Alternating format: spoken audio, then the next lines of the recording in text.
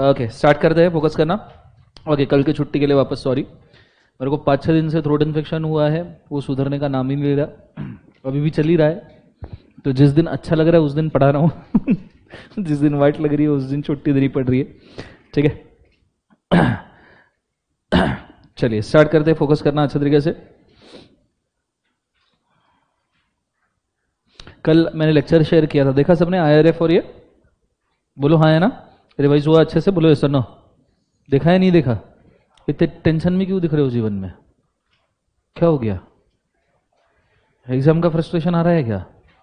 बहुत अच्छी बात है, रहो टेंशन में। लेट्स गो, स्टार्ट करते हैं, फोकस करना अच्छे से। आज हम कॉन्टिजेंट कॉसी कॉन्ट्रैक्ट वाला यूनिट करेंगे, ठीक है? और आज आपका कॉन्ट्रैक्ट टैग भी पूरा का पूरा कंप्लीट हो जाएगा। Is it very clear? Okay let's go, शुरू करते हैं, फोकस करना अच्छे तरीके से। गला ठीक होने तक के स्मॉल आवर्स ही हम पढ़ेंगे बेसिकली, ज़्यादा से ज़्यादा, क्योंकि मुझे नहीं पता ऐसा ना हो जाए, मैं जस्ट ये ट्राई कर रहा हूँ कि सभी क्लासेस को एक साथ छुट्टी ना देनी पड़ जाए। ठीक है, that is my first trial. Inter को तो बेसिकली मॉर्निंग में दे ही नहीं सकते, क्योंकि उनका 2.5 घंटे का क्लास होता है और उनको 90 दिन ही पढ़ाना होता है।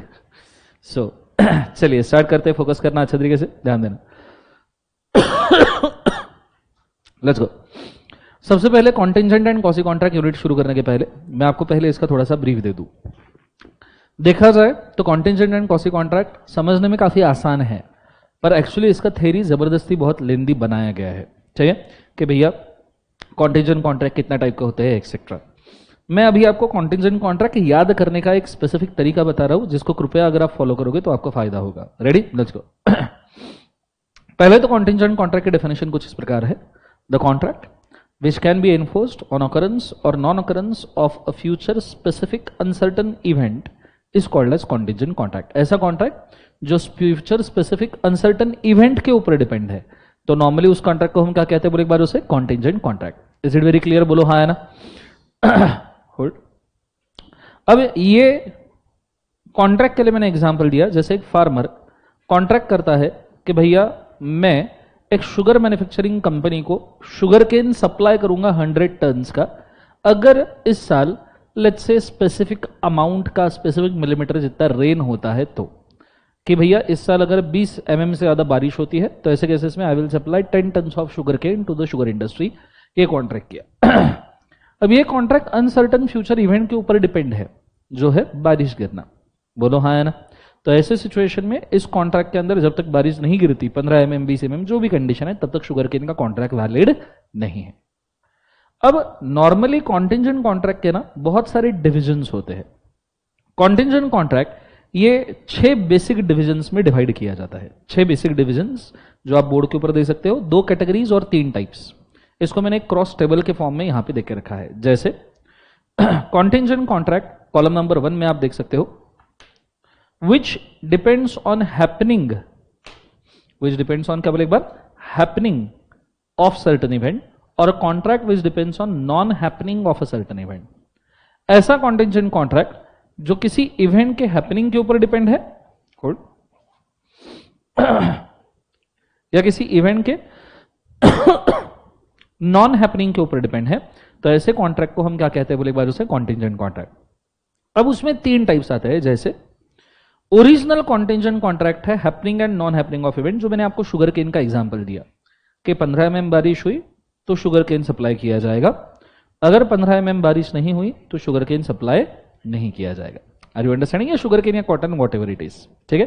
ये अब हैपनिंग और नॉन हैपनिंग ऑफ इवेंट के ऊपर का original, the OG contingent contract. ये वेरिएट हो सकता है ह्यूमन एक्टिविटी से, ठीक है? जैसे ह्यूमन एक्टिविटी के ऊपर कॉन्टिजेंट कॉन्ट्रैक्ट कैसे डिपेंड है? Mister A promise mister B कि वो उसको 10 लाख रुपए देगा अगर बी की शादी, अगर सी की शादी डी के साथ होती है। तो ए ने बी को बोला मैं तुझे 10 लाख दूंगा अगर सी मैरिज विद द डी, पर उसके पहले ही डी ने ई से शादी कर ली, तो ए को 10 लाख देने की जरूरत है क्या? नहीं। Are you understanding? Now this is also contingent contract happening of event, but इसमें ह्यूमन इंटरवेंशन है। इसके अंदर क्या है बोले एक बार? Human intervention. Is it very clear? फिर ए ने बी के और non happening of event, A ने बी से कॉन्ट्रैक्ट किया कि मैं तुझे 10 लाख दूंगा अगर सी का शादी डी से नहीं होता है। तो सी का शादी किसके साथ नहीं होता है? डी के साथ। अब इस सिचुएशन में डी ने ई के साथ शादी कर लिया, तो ऑब्वियसली बात है सी का अब डी से शादी नहीं हो सकता, सी का शादी डी से नहीं होगा तो 10 लाख देना है ना। अब अगर डी ने किससे शादी कर लिया, ई से, तो सी का शादी डी से हो सकता है क्या, नहीं। तो अब यहां पे आपको 10 लाख देने पड़ेंगे on non happening of a human uncertain event, human intervention के ऊपर depend. Is it very clear? एक और टाइप होता है टाइम फैक्टर वाला, contingent contract happening within a specific time और not happening within a specific time. For example, A ने B से कॉन्ट्रैक्ट किया कि मैं तुझे आईफोन दूंगा, ठीक है, 100 रुपए के अंदर, अगर एक स्पेसिफिक शिप यूएस से इंडिया आ जाती है बिफोर 31 मार्च 2024, या ले लो बिफोर 31 मार्च 2025, ठीक है। अगर एक स्पेसिफिक शिप 31 मार्च 2025 के पहले इंडिया में आ जाती है शिप, तो मैं तुझे आईफोन दे दूंगा 100 रुपए के अंदर। ये कॉन्टिंजेंट कॉन्ट्रैक्ट बोलो, हाँ है ना। अब अगर शिप रिटर्न आ गई इंडिया में तो कॉन्ट्रैक्ट एनफोर्स हो जाएगा, और अगर शिप नहीं आ पाई तो कॉन्ट्रैक्ट क्या हो जाएगा, वॉइड, या शिप संक हो गई तो कॉन्ट्रैक्ट क्या हो जाएगा, void. This is on happening of a event within a time. एक बार सब बोलो, क्या बोलना है, happening of a event within a time. दूसरा, ए ने बोला बी से कि मैं तुझसे आईफोन परचेस करूंगा 2 लाख रुपए में। कितने लाख रुपए में, 2 लाख। अगर यूएस से कोई शिप इंडिया में 31 मार्च के पहले पहुंच जाती है, अब वो शिप अगर रिटर्न आ गई, ठीक है, वो शिप अगर क्या आ गई बोले एक बार, रिटर्न, तो कॉन्ट्रैक्ट क्या हो जाएगा बोले एक बार उसे, वॉइड। और शिप अगर रिटर्न नहीं आई या संक हो गई तो ऐसे सिचुएशन में कॉन्ट्रैक्ट क्या हो जाएगा बोले एक बार उसे, एनफोर्सिएबल। यूएस से इंडिया में शिप नहीं आती है बोला तो किस्मत ही खराब है। सो यूएस से इंडिया में क्या बोले एक बार उसे, शिप नहीं आती है, तो मतलब अगर कोई शिप इंडिया में 31 मार्च के पहले नहीं आती है तो मैं तुझसे 2 लाख का कॉन्ट्रैक्ट करूंगा। अब अगर शिप रिटर्न आ गई तो कॉन्ट्रैक्ट क्या हो जाएगा, वॉइड, क्योंकि शिप रिटर्न आ गई तो कॉन्ट्रैक्ट वॉइड हो गया। आपने बात की थी रिटर्न नहीं आने की, बोलो हाँ है ना। और अगर शिप रिटर्न नहीं आई या संक हो गई तो कॉन्ट्रैक्ट क्या हो जाएगा, एनफोर्सिएबल। ये 6 टाइप के ही कॉन्टिजेंट कॉन्ट्रैक्ट हो सकते हैं। The original on happening and non happening of event, the second one human intervention, and the third one that is happening within a time, happening against the time. Is it very clear guys? जोर से बोलो yes or no। मैं चाहूंगा इसका किसी को अगर photo चाहिए तो आप खींच के रख सकते हो, गो फॉर इट फास्ट। मैं ऊपर से दिखा दूं, एक एक फोटो खींच लीजिए।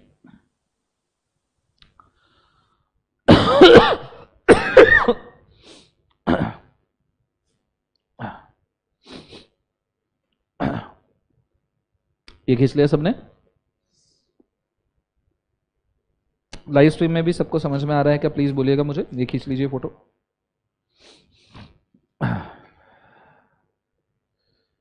लाइट चली गई, हाँ सर आप एकदम औसम लग रहे हो, यहाँ वाट लगी हुई है जीवन में, औसम लगा। शरोडन गाइस, ये भी फोटो खींच लो।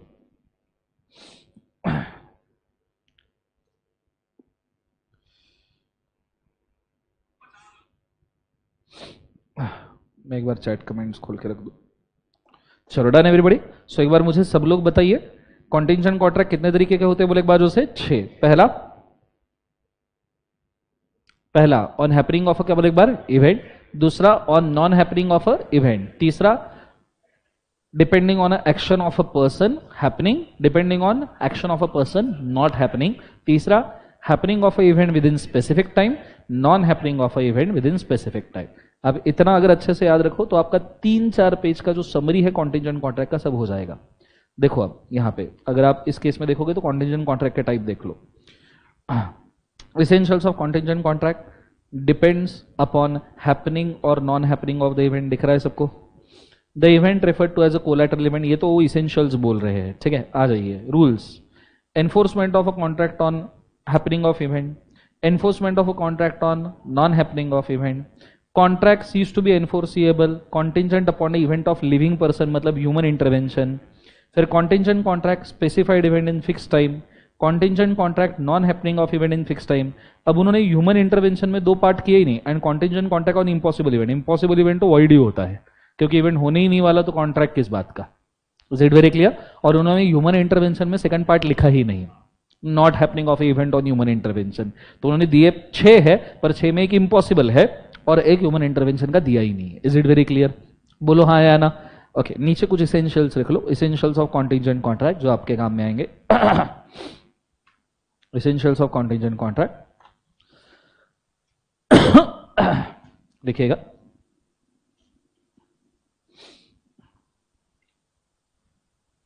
यहाँ लाइन गया है तो थोड़ा लाइट का इशू है, लाइव स्ट्रीम में बता दूं।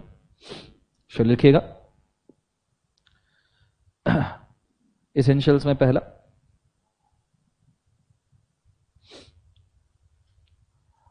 There should be a collateral event, there should be collateral event,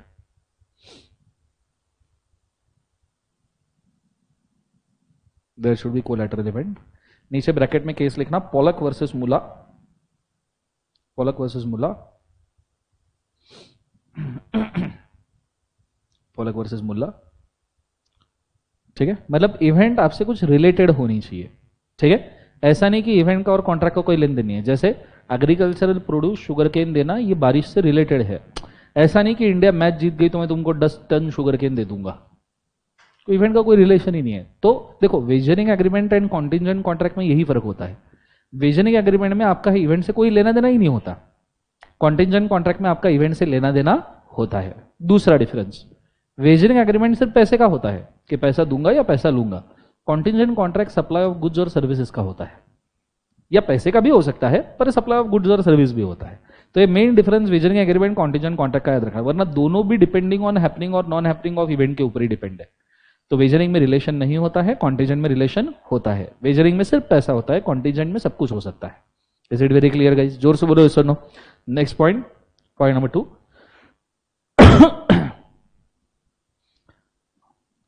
the performance depends on such a collateral event, the performance depends on such a collateral event.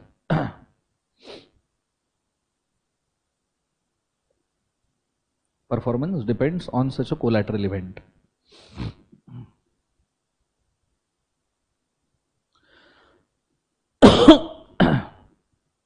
Next point, मुझे तो contingent contract at will होता है या event के ऊपर depend होता है? मन के ऊपर डिपेंड होता है या इवेंट के ऊपर? सो कॉन्टिंजेंट कॉन्ट्रैक्ट जो विल के ऊपर डिपेंड होता है वो कॉन्टिंजेंट नहीं होता। जैसे let's I agree to sell you 100 tons of sugar cane if I find it good, it's not a contingent contract. Is it very clear? So आगे लिखना, the contingent contract should not be a mere willingness, the contingent contract should not be a mere willingness of a party. contingent contract party का सिर्फ willingness नहीं होना चाहिए, should not be mere willingness of a party. Next point, the event must be uncertain event, event हमेशा uncertain होना चाहिए।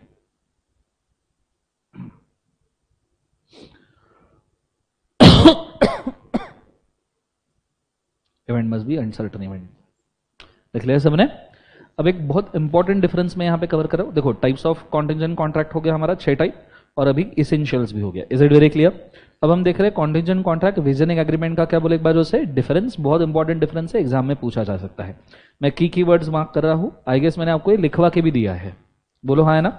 आ जाइए। Meaning, contingent contract to do or not to do something which depend on collateral event.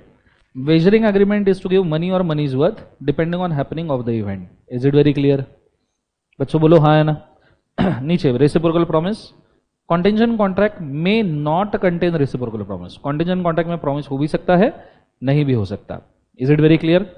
वेजनिंग agreement में reciprocal promise होना ही चाहिए कि आप पैसा एक तो दोगे नहीं तो लोगे। Uncertain event, if a contingent contract the event is collateral. Event कैसी है बोले एक बार? कोलैटरल। वेजनिंग एग्रीमेंट में अनसर्टेन इवेंट है जो कोर फैक्टर है पर वो कोलैटरल होने की जरूरत नहीं है, रिलेटेड होने की जरूरत नहीं है, ठीक है। There is only difference is relation होना चाहिए कॉन्टिंजेंट कॉन्ट्रैक्ट में, वेजरिंग में नहीं रहा तो भी चलता। Nature of contract is not being a wager in a nature, but wagering agreement ये कॉन्टिंजेंट इन नेचर होता है। सी, कॉन्टिंजेंट कॉन्ट्रैक्ट वेजरिंग होना जरूरी नहीं है।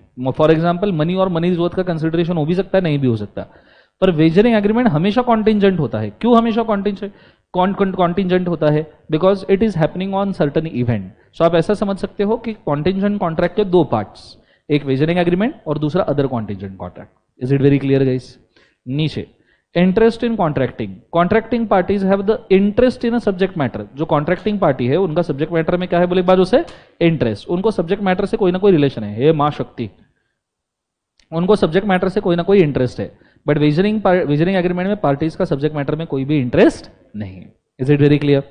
नीचे doctrine of mutuality of gain loss, ऐसा नहीं है कॉन्टिंजेंट कॉन्ट्रैक्ट में किसी का लॉस या गेन होना चाहिए, मतलब ऐसा नहीं है कि किसी का गेन हुआ तो दूसरे का लॉस होना कंपलसरी है, बट वेजरिंग एग्रीमेंट के अंदर एक का लॉस और एक का गेन कंपलसरी है। वेजरिंग एग्रीमेंट में एक का लॉस और एक का गेन क्या है बोले एक बार compulsory. So losing and gaining is a no matter of choice, ठीक है। Effect of contract, contingent contract is क्या बोले एक बार valid, wagering agreements are normally void except for lottery skills वगैरह वाले जो उस दिन हमने देखे थे। Is it very clear? So यहाँ contingent contingent contract and wagering agreement दोनों होता है क्या बोले एक बार खत्म। अब हम जा रहे हैं कॉसी कॉन्ट्रैक्ट के ऊपर, क्या के ऊपर बोले एक बार कॉसी। मुझे बताइए व्हाट इज कॉसी कॉन्ट्रैक्ट? मुझे एक सेकंड दीजिए, पानी लेके आता हूं।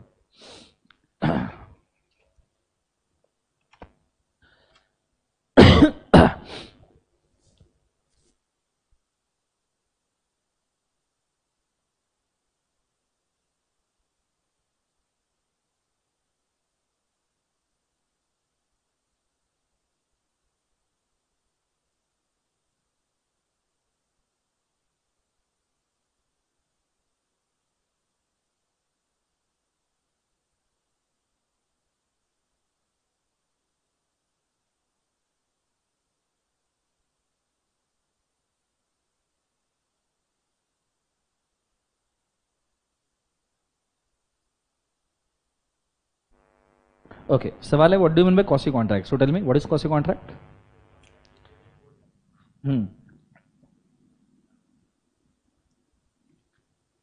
पहली बात तो quasi contract are legal obligation नहीं होते हैं, क्योंकि ये पहले कॉन्ट्रैक्ट ही नहीं होते हैं, बट सिचुएशंस इन कॉन्ट्रैक्ट को बना देता है। सी, नॉर्मली आप पहले कॉन्ट्रैक्ट करते हो और कॉन्ट्रैक्ट से सिचुएशन लीड होती है, बोलो हाँ है ना। बट कॉसी कॉन्ट्रैक्ट में पहले सिचुएशन होती है फिर कॉन्ट्रैक्ट होता है। फॉर एग्जाम्पल, मैंने आपको एक्सीडेंट का एग्जाम्पल दिया था, याद है कि एक आदमी का एक्सीडेंट हो गया, मैंने उसको हॉस्पिटल में भर्ती कर दिया, मैंने उसके ऊपर खर्चा किया लेट्स से मेडिकल केयर का, तो अब यहां एक कॉसी कॉन्ट्रैक्ट बन जाएगा कि उसने मुझे पैसा रिफंड करना चाहिए।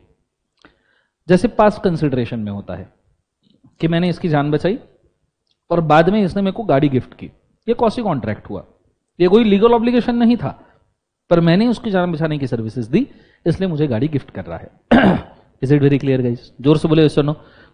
सो quasi contract are basically not a contract but they arise out of a situation. Is it very clear? इसका मीनिंग लिखना ना एग्जाम में बहुत तकलीफदायक चीज हो सकती है, अगर आपको पूछा तो कि भैया कॉसी कॉन्ट्रैक्ट क्या है तो तुम लिख नहीं पाओगे, इसलिए मैं कुछ पॉइंट्स बोल रहा हूं, लिख लीजिए please.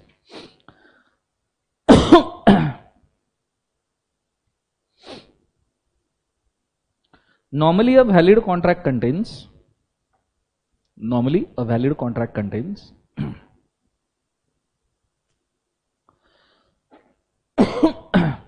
the element of offer and acceptance.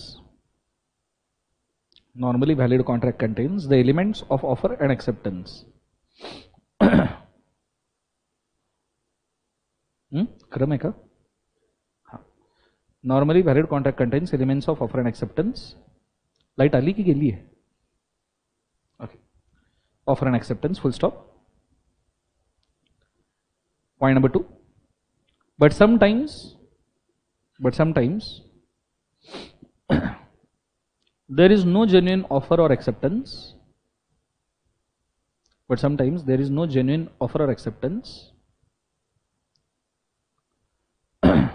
Offer or acceptance, but contract arises out of circumstances.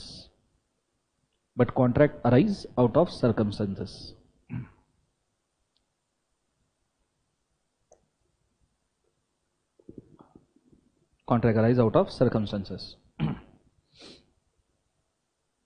First up,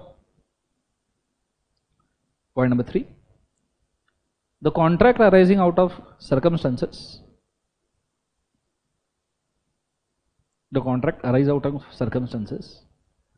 giving rise to legal relation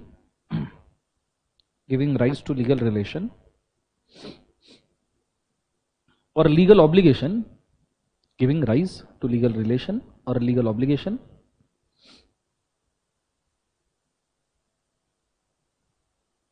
Legal relation or legal obligation is a quasi contract. Is a quasi contract. Full stop. ठीक है. अब इसको मैं normally मजाक में बोलता हूँ कि a contract which is not a contract which depends on two different contract is a quasi contract. But it should be a situation based. It should be एक बार situation. नीचे एग्जाम्पल लिखना. For example, emergency medical treatment in accident, emergency medical treatment accident, comma finder of goods,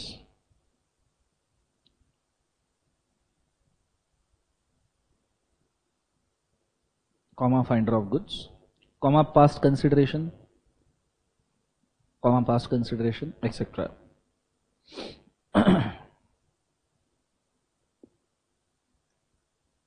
ठीक है. अब उन्होंने quasi contract के ना अब 5 अलग अलग टाइप्स दिए हैं मॉड्यूल में. एक बार इसको पढ़ लेते हैं. आ जाइए फटाफट. Let's go. A claim for necessity supplied to the minor. अगर आपने माइनर को नेसेसिटी सप्लाई किए हैं तो क्या आप माइनर के प्रॉपर्टी में से रिकवर कर सकते हो guys? That is a quasi contract. For example, मुझे कोई मुझे नहीं, ऐसे बोलना नहीं चाहिए, बट कोई गरीब अनाथ बच्चा मिला जिसके खाने को भी इशू हो रहा था. सो ही केम और उसने मदद मांगी तो अपन ने उसको कुछ खिला दिया.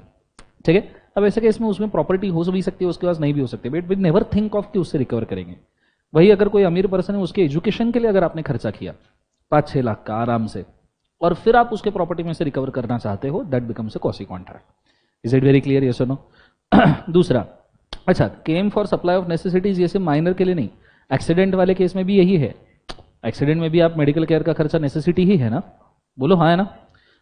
दूसरा, payment by an interested person. अगर इंटरेस्टेड पर्सन ने कोई पेमेंट किया तो भी कॉसी कॉन्ट्रैक्ट है. अब इसका बेस्ट एग्जांपल मैं आपको अगर बोलूं तो इट इज लाइक सॉरी, इसका बेस्ट एग्जांपल अगर मैं आपको बोलूं तो लेट्स से मैंने आपको प्रॉपर्टी रेंट पे दी. मैंने आपको प्रॉपर्टी क्या पे दी? रेंट पे. अब उस प्रॉपर्टी में 1-1.5 साल से रह रहे हो, आपने आपका खुद का कुछ बहुत अच्छा सेटअप बना दिया. अब मैंने 1.5-2 साल से उस प्रॉपर्टी का प्रॉपर्टी टैक्स ही पे नहीं किया. ठीक है. और अब ये प्रॉपर्टी समझो सीज होने वाली है और आपका उस प्रॉपर्टी में बिजनेस चल रहा है, बहुत अच्छा ब्रांड नेम बन चुका है, लोग अब आपको उस प्रॉपर्टी की जगह से पहचानने लग गए हैं कि आपका बिजनेस उस जगह से चल रहा है. अब मैंने प्रॉपर्टी टैक्स पे नहीं किया. अब मैं अगर प्रॉपर्टी टैक्स पे नहीं किया तो प्रॉपर्टी सीज कर लेगा गवर्नमेंट, सीज कर लेगा तो बिजनेस आपका बंद होगा. तो आपने क्या किया? मेरे जगह पे आपने प्रॉपर्टी टैक्स पे कर दिया. मेरे जगह पे आपने उस प्रॉपर्टी का टैक्स पे कर दिया. हालांकि लाइबिलिटी किसका था? एज ए ओनर मेरा, पर पे किसने किया? बोले एक बार आपने. तो this will be a case of payment by an interested person. अब ऐसे केस में आप मुझसे वो प्रॉपर्टी टैक्स रिकवर कर सकते हो, बिल्कुल कर सकते हो, and that becomes a quasi contract. That becomes a कौन सा contract? Quasi. Is it very clear? Arised out of situation. Is it very clear guys? Next one, obligation of a person enjoying the benefit of non gratuitous act. ऐसा person जो non gratuitous act का benefit ले रहा है. इसके लिए पहले ये समझो ग्रेचुटियस क्या है. समझो तुमको जॉब वॉब लग गया और तुम तुम्हारे घर वालों के साथ रह रहे हो, वैसे रहना भी चाहिए. जॉब लगने के बाद, बिजनेस चलने कुछ भी होने के बाद घर वालों के साथ ही रहना चाहिए. ठीक है. अब तुम्हारे घर वालों के लिए तुमने कोई खर्चा किया, इज अ ग्रेचुटियस एक्ट. ठीक है, वो ग्रेचुटियस. तुम्हारे घर वाले तुम्हारे साथ रह रहे हो, उनके लिए आप खर्चा करते हो, इज ग्रेचुटियस एक्ट. उसमें आप कंसिडरेशन नहीं मांगते हो. पर कोई बंदा है जो आपके खर्चे के ऊपर जी रहा है, that is a non gratuitous act, जिसके लिए आप कुछ करना नहीं चाहते. Is it very clear? बोलो हाँ या ना? फॉर एग्जाम्पल, अगर मैं सिंपल सी बात बोलूं कि मैंने समझो फूड डिलीवरी से कोई चीज ऑर्डर की, गलती से वो चीज आपके घर पे पहुंच गई और आपने खा ली, this is non gratuitous act. तो ऐसे सिचुएशन में you are liable for compensation. Is it very clear? बोलो हाँ या ना? ये लाइबल फॉर कंपेंसेशन हो जाएगा. समझ में आया पक्का? Next one, responsibility of the finder of goods. Responsibility of finder of goods, obviously जिसके पास जिसको गुड्स मिलते हैं वो अगर गुड्स के मेंटेनेंस पे खर्चा करता है. मेरे को गुड्स मिले, आईफोन मिला, मैंने मेंटेन करने के लिए खर्चा किया. ठीक है. या मेरे को पेरिशेबल गुड्स मिले, मेंटेन करने के लिए मैंने खर्चा किया, तो ऐसे, या मैंने आपको फाइंड करने के लिए खर्चा किया, तो ऐसे केसेस में it becomes a costly contract कि तुमने मुझे खर्चा वापस देना चाहिए. Last, if money is paid by mistake under और कोरेशन। फॉर एग्जाम्पल, मैंने मेरे दोस्त को अमाउंट ट्रांसफर करना था, अब उसका और आपका नाम सिमिलर है, तो मैंने आरटीजीएस उसके नाम की जगह आपके नाम पे कर दिया, ठीक है। मैंने आईएमपीएस या बैंक ट्रांसफर उसके नाम पे जगह पे आपके नाम पे कर दिया, तो ये आपकी जिम्मेदारी बनती है कि वो पैसा आप मेरे को वापस दो। This is also quasi contract. So अगर गलती से किसी को पैसा पे कर दिया तो आप उससे रिकवर कर सकते हो, हालांकि लोग देते नहीं, बात अलग है, पर आप रिकवर। पर मैं आपको ये भी बोलूँ, ऐसा कई बार होता है, बैंक गलती से गलत अकाउंट में पैसा क्रेडिट करने की जगह पे भलते के अकाउंट में क्रेडिट कर देती है। ये मेरे साथ हुआ है एक बार।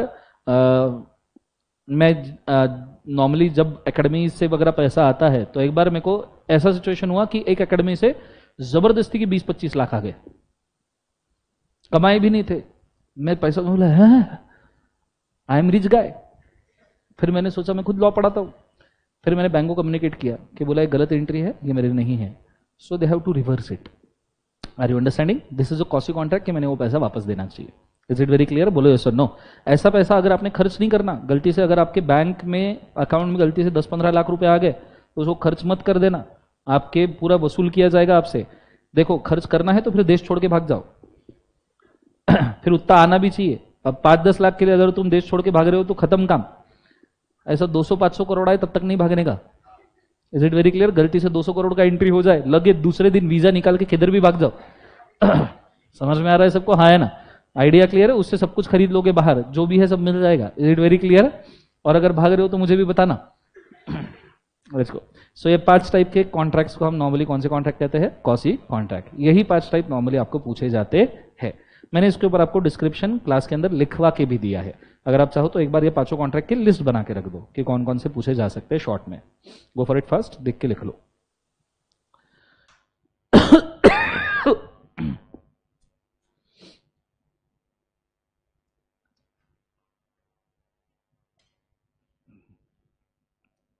गला ऐसा खराब हो चुका है कि खांसने के लिए भी मना कर रहा है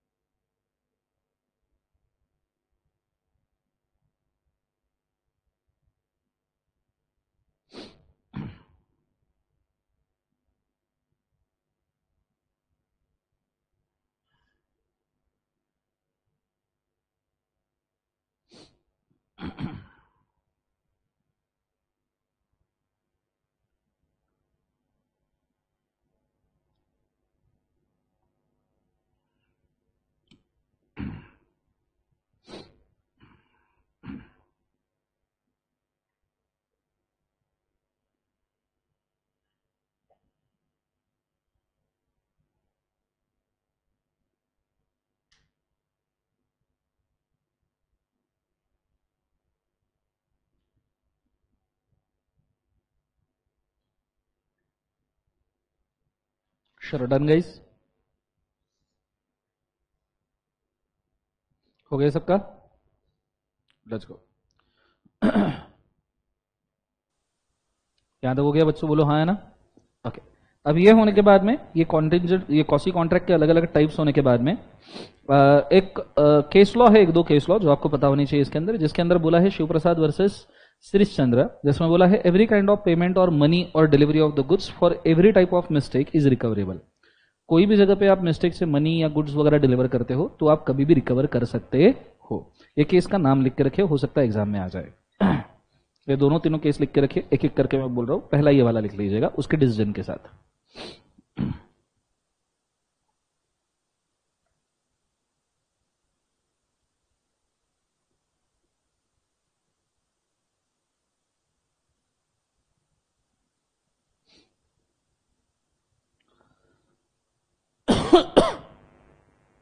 पहला वाला लिख लिया, शिव प्रसाद वर्सेस शिरीष चंद्र लिखा सबने, बोलो हाँ है ना। उसका डिसीजन लिखा, डिसीजन लिख लीजिए, अ मनी पेड बाय मनी और द गुड्स पेड और delivered by mistake, a money और गुड्स पेड और डिलीवर्ड बाय मिस्टेक, पेड और delivered by mistake is recoverable, is recoverable. आप इसको रिकवर कर सकते हो। दूसरा केस लिखिएगा, सेठ कंजलेक versus National Bank of India, Seth कंजलेक versus National Bank of India.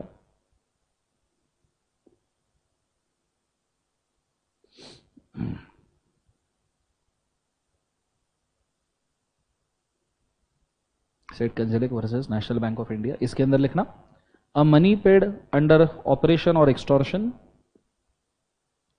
A money paid under operation or extortion is also recoverable, operation or extortion is also recoverable।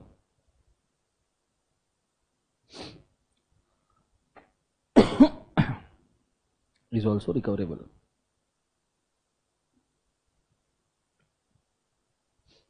लिखा सबने, पॉइंट नंबर 3 लिखिएगा,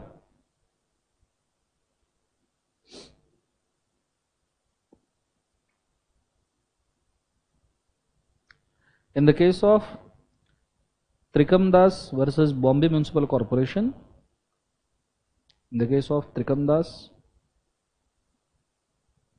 versus Bombay Municipal Corporation,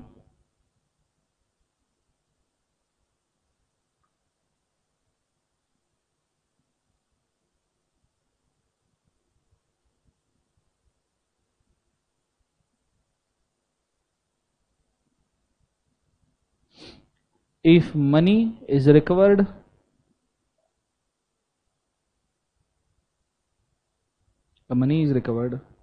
as a penalty, money recovered as a penalty by force or extortion, by force or extortion is refundable, is refundable। मतलब किसी ने अगर penalty भी आपसे force या एक्सटॉर्शन से रिकवर किया है तो भी वो रिफंडेबल हो जाएगा। Is it very clear guys, बोलो हाँ है ना। चलो लास्ट चीज, कॉन्टिंजेंट कॉसी कॉन्ट्रैक्ट का डिफरेंस है।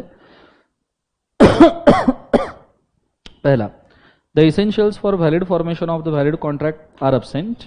मतलब इस केस में कॉन्टिंजेंट कॉन्ट्रैक्ट की होल्ड कॉसी कॉन्ट्रैक्ट की अगर बात करें तो कॉन्ट्रैक्ट के जो बेसिक एसेंशियल्स है, ऑफर एक्सेप्टेंस, वो यहां नहीं होते, पर कॉन्टिंजेंट कॉन्ट्रैक्ट में वैलिड कॉन्ट्रैक्ट फॉर्म होता है।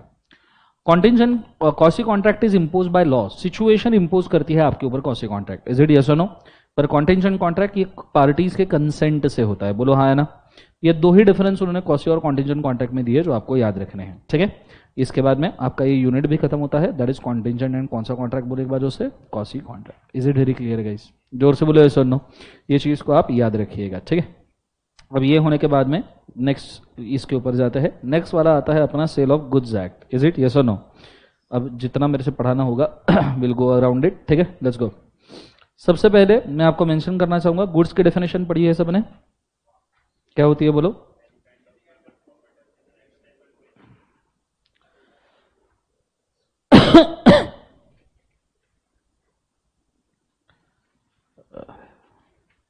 ओके मैं पहले आपको गुड्स की डेफिनेशन पढ़ा दूं, थोड़ी सी बड़ी है, चार्ट के फॉर्म में दी है, बाद में आप चाहिए तो फोटो खींच के रख सकते हो। गुड्स, अब गुड्स की जो डेफिनेशन है वो दो पार्ट में डिवाइड की है। पहला पार्ट है गुड्स मीन्स, दूसरा पार्ट है goods includes. Are you guys ready, बोलो हाँ है ना। गुड्स मीन्स का डेफिनेशन है एग्जॉस्टिव, गुड्स इंक्लूड्स का डेफिनेशन है क्लैरिफिकेशन में। गुड्स मीन्स बोला है any kind of movable property. Movable property में इन्वेंट्री ये वर्ड उन्होंने यूज किया है। इन्वेंट्री वर्ड के दो मतलब होते हैं, एक होता है शेयर्स, एक होता है इन्वेंट्री जो आप सेल के लिए यूज करते हो, ठीक है, स्टॉक। दूसरा, अब any kind of movable property other than word use किया है एक्शनेबल क्लेम्स। एक्शनेबल क्लेम में आता है मनी, मनी वर्थ, जैसे cheque, bill of exchange, promissory note etcetera. और दूसरा does not include money. Money का मतलब होता है करेंसी जो अभी चलन में है। तो इंडिया में अब रुपीज ये करेंसी अगर चलन में है तो इसे हम मनी या मनीज वर्थ कहते हैं। पर इंडिया में अब डॉलर, पाउंड, यूरो, येन चलन में नहीं है, तो हम इनको गुड्स कह सकते हैं। क्यों? क्योंकि फॉरेन करेंसी इंडिया में गुड्स करके ही ट्रेड होती है। Is it very clear? इसलिए तो उसका एक्सचेंज वैल्यू होता है कि भैया डॉलर आपको 90 रुपए में मिलेगा, ऐसा। नीचे अगर नॉर्मली आप चेक वगैरह की बात करें जो ब्लैंक है, एक्शन बेस्ड है, तो नॉर्मली ऐसा हो सकता है कि उसको गुड्स ट्रीट किया जाए। फॉर एग्जाम्पल, अब इसको समझने की कोशिश कीजिएगा।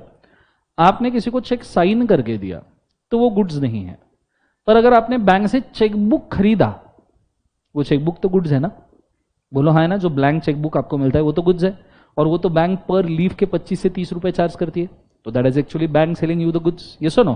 पर वही चेक जब आप फिलअप करके साइन करके देते हो, that is not a goods because that is a actionable claim. Is it very clear? बोलो हाँ है ना? दूसरा, अगर आपने वो फिल्डअप दिया है तो उसे एक्शनेबल क्लेम कहा जाएगा, तो वो गुड्स नहीं है। दूसरा, मनी भी जो डिफाइंड है वो 3 पार्ट में डिफाइंड है।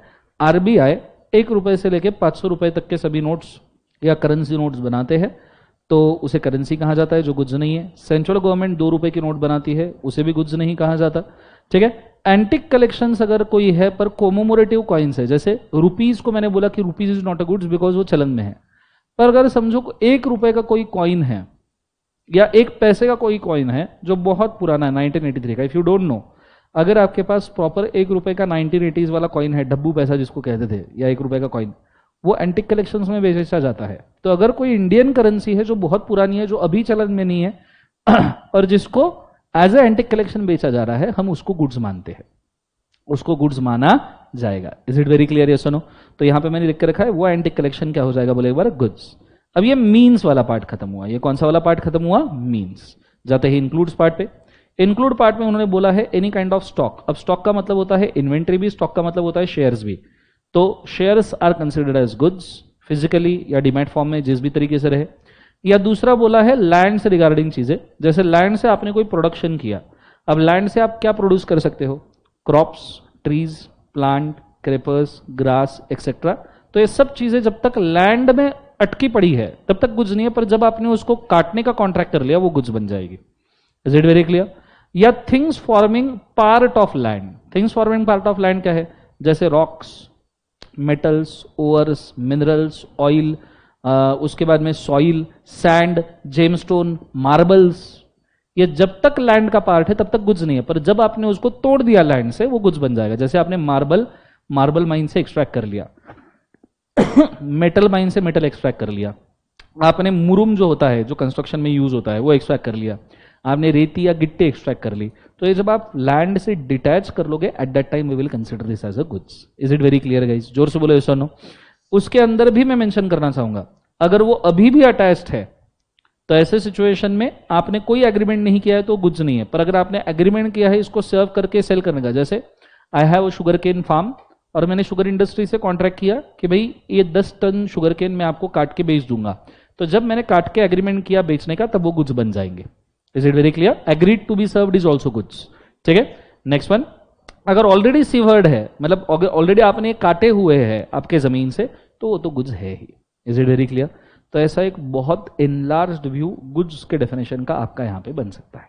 Is it very clear? बोलो हाँ है ना? तो मैं चाहूंगा इसका कृपया फोटो खींच लीजिए। Go for it fast.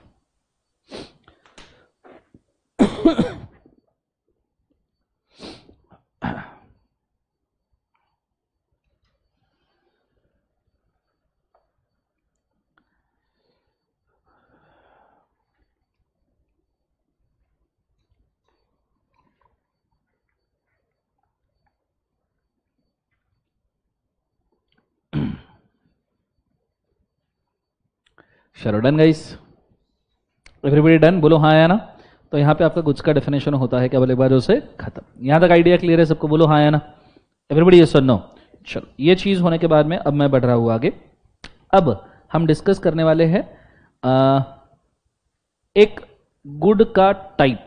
Goods का टाइप मतलब उसे क्या कहते हैं? Chain of delivery. रादर में उसको क्या कह सकता हूँ, बोले एक बार उसे चेन ऑफ डिलीवरी। इसको जरा पहले समझ जाओ, ये थोड़ा बाद में कॉन्सेप्ट आएगा, पर मैं इसको थोड़ा पहले समझाना चाहता हूं। देखो क्या है, this is called as chain of delivery from bulk goods to the specific goods and goods in deliverable state. बहुत अच्छे से बोर्ड के ऊपर ध्यान देना तो समझ में आएगा, बहुत इंपॉर्टेंट चीज है, इसके ऊपर कंफर्म 4 मार्क का सवाल आने ही वाला है, हर बार ही आता है। सबसे पहले एक होते हैं जेनरिक गुड्स। कौन से गुड्स बोले एक बार? जेनरिक मतलब जनरल गुड्स। उसको हम प्यार से बल्क गुड्स भी कहते हैं। क्या कहते हैं? Bulk goods. जैसे गोदाम में अनाज स्टोर करके रखा है।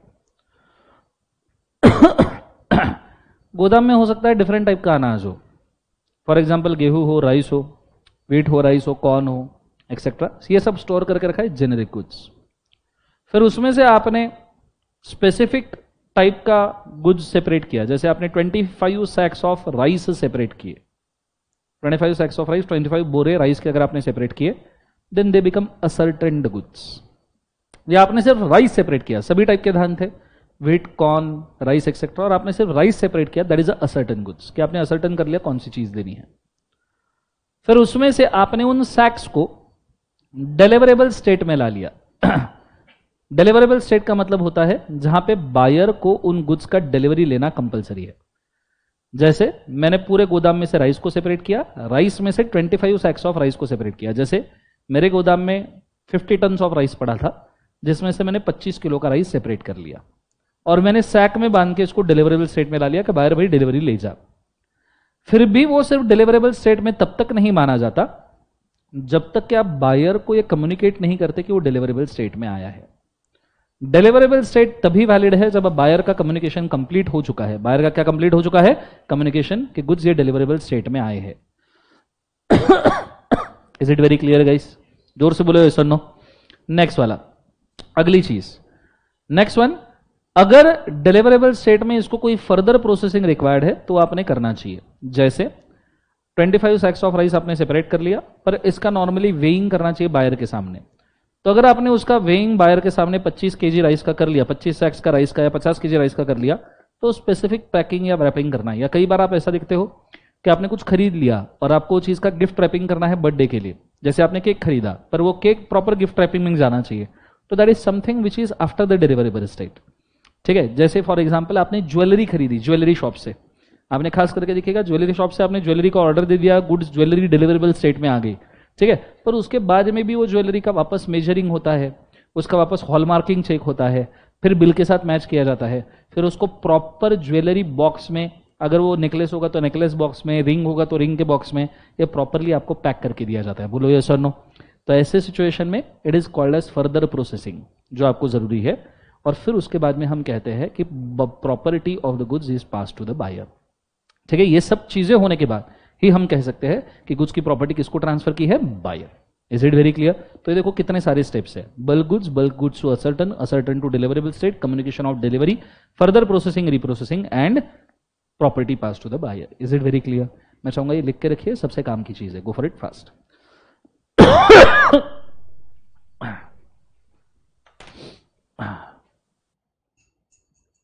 फटाफट लिख लीजिए जिस जिसको चाहिए।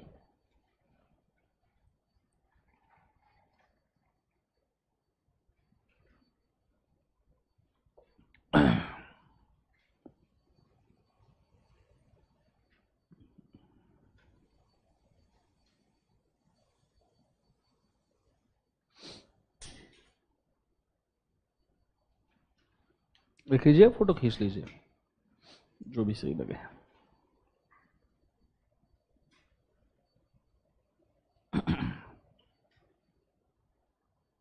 ड्रैग करो, बोलो हाँ है ना।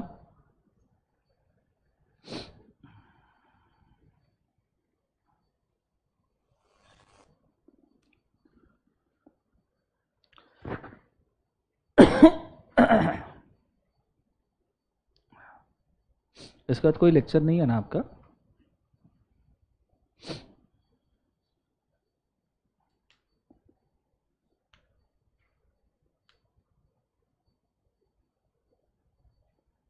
Everybody done? बोलो हाँ है ना। आगे बढ़ते हैं। अब ये हो गया गुड्स एंड डिलीवरेबल स्टेट वाला एक्सप्लेनेशन। अब मैं बढ़ रहा हूं आगे। बोर्ड के ऊपर ध्यान दीजिएगा। नाउ मुझे आपको एक्चुअल टाइप्स ऑफ डिलीवरी बताने हैं। मुझे बताओ टाइप्स ऑफ डिलीवरी कितने पार्ट में डिवाइड होता है? 3। पहला डिलीवरी कौन सा है? एक्चुअल। एक्चुअल मतलब नॉर्मली आपने सीधा गुड्स हाथ में दे दिए। Is it? बोलो हाँ है ना। एक्चुअल डिलीवरी सब लोग पढ़ेंगे साथ साथ में। 1 2 3 बोलो क्या है? सब जन पढ़ेंगे। 1 2 3 बोलो क्या है? When the actual goods are delivered to the buyer by seller is called actual delivery of goods. दूसरा होता है symbolic delivery. What do you mean by symbolic delivery? Symbol, एक तो आप सिंबल दे दो या कोई उससे रिगार्डिंग डॉक्यूमेंट दे दो। फॉर एग्जाम्पल, कार खरीदी, कार की चाबी दे दी, इज डिलीवरी ऑफ गुड्स। ऐसा तो है नहीं कि कार क्रेन से उठा के तुम्हारे ऊपर रख देंगे। बोलो हाँ है ना। So that is delivery of goods, symbolic. या फिर अगर उस गुड्स से रिगार्डिंग कोई डॉक्यूमेंट है, document of title, railway receipt, lorry receipt, shipping bill, airway bill, ये भी डिलीवर करना डिलीवरी ऑफ गुड्स है। जैसे आप जा रहे हो दिल्ली, मुझे आपको दिल्ली में कुछ गुड्स डिलीवर करने हैं। आपने बोला डिलीवरी दिल्ली में ही चाहिए। आप खरीदने पुणे आए थे, जा रहे हो दिल्ली, गुड्स खरीदे, मैंने रेलवे में लगा दिया, मेरे पास वो गुड्स का रेलवे रिसीट आ गया कि मैंने रेलवे में डिपॉजिट किए। ये रेलवे रिसीट जब मैंने आपके हाथ में दे दिया, मैं ये मान लूंगा कि मैंने आपको गुड्स डिलीवर कर दिए। फिर भले ही वो दिल्ली में आप लो या मत लो, मेरी जिम्मेदारी खत्म। दिस इज कौन सा delivery? Symbolic. Is it very clear? बोलो हाँ है ना। सबसे आखिरी डिलीवरी होता है कंस्ट्रक्टिव डिलीवरी। कंस्ट्रक्टिव डिलीवरी बहुत सिंपल एग्जांपल है। जब गुड्स आपके पोजीशन में नहीं आते पर आपके पावर में आ जाते हैं। ऐसा समझो, गुड्स आपके पोजीशन में आए क्या? नहीं, काय में आ गए? आपके पावर में। दैट वी कॉल एज कौन सा delivery? Constructive.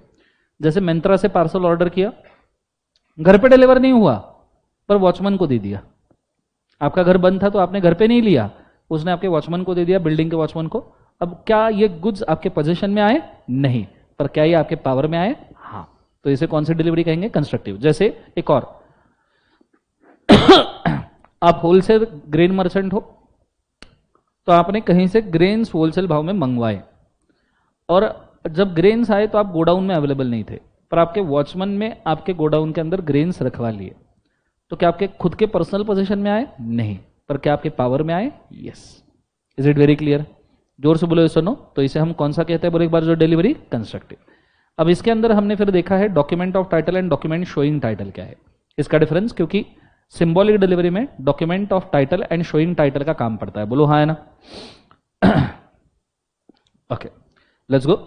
Document of title meaning पढ़ेंगे सब लोग। 1 2 3 बोलो क्या है? When a document represent ownership of the goods, it can freely be transferable and holder of the document get a title to such a goods is a document of title. जैसे railway receipt, lorry receipt. What is document showing title? जिसके ऊपर owner का नाम लिखा होता है। मतलब वो डॉक्यूमेंट चाहे किधर भी चला जाए पर ओनर का नाम लिखा होता है। जैसे 1 2 3 बोलो क्या है? A document represents the goods and also mentions the name of the owner of the such goods and cannot transfer a title by delivery is called as document showing title. नीचे ट्रांसफर ऑफ ओनरशिप। मुझे बताओ कौन सा document देने से ownership transfer हो जाएगा? Document of title. ठीक है, पर डॉक्यूमेंट शोइंग टाइटल देने से ओनरशिप ट्रांसफर होता है क्या? नहीं। तीसरा निगोशिएबल। कौन सा डॉक्यूमेंट निगोशिएबल है? Document of title. Document showing title negotiable है क्या? नहीं। एग्जाम्पल लिख के रखे, railway receipt, lorry receipt etcetera. हो गया सबका? बोलो हाँ है ना। चाहिए तो इसका फोटो खींच के रखिए।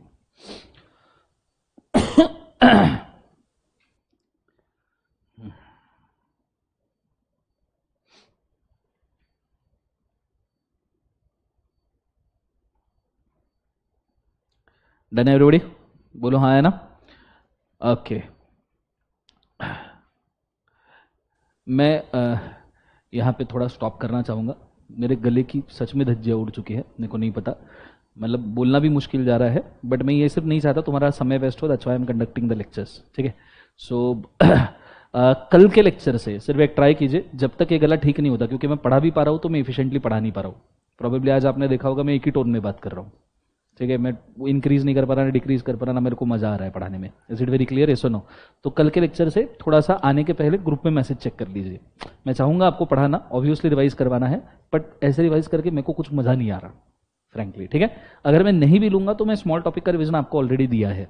इसके बाद भी मैं अगर जरूरत पड़ी तो स्मॉल टॉपिक का रिवीजन दे दूंगा, जैसे निगोशिएबल का एक आधा या फिर एलएलबी का एक आधा। ठीक है, कल का लेक्चर्स भी देख के आना, आई गेस 1-2 दिन में ठीक हो जाएगा। बट प्रॉब्लम ये है, मेरे को रेस्ट के लिए समय ही नहीं मिल रहा। कंसिस्टेंट 7-8 घंटा लेक्चर चल रहा है। So I am very sorry for this, दिल से इच्छा बिल्कुल नहीं है, पर करूँ क्या। ठीक है, सो आज के लिए काफी करते हैं। This all for today, have a nice day.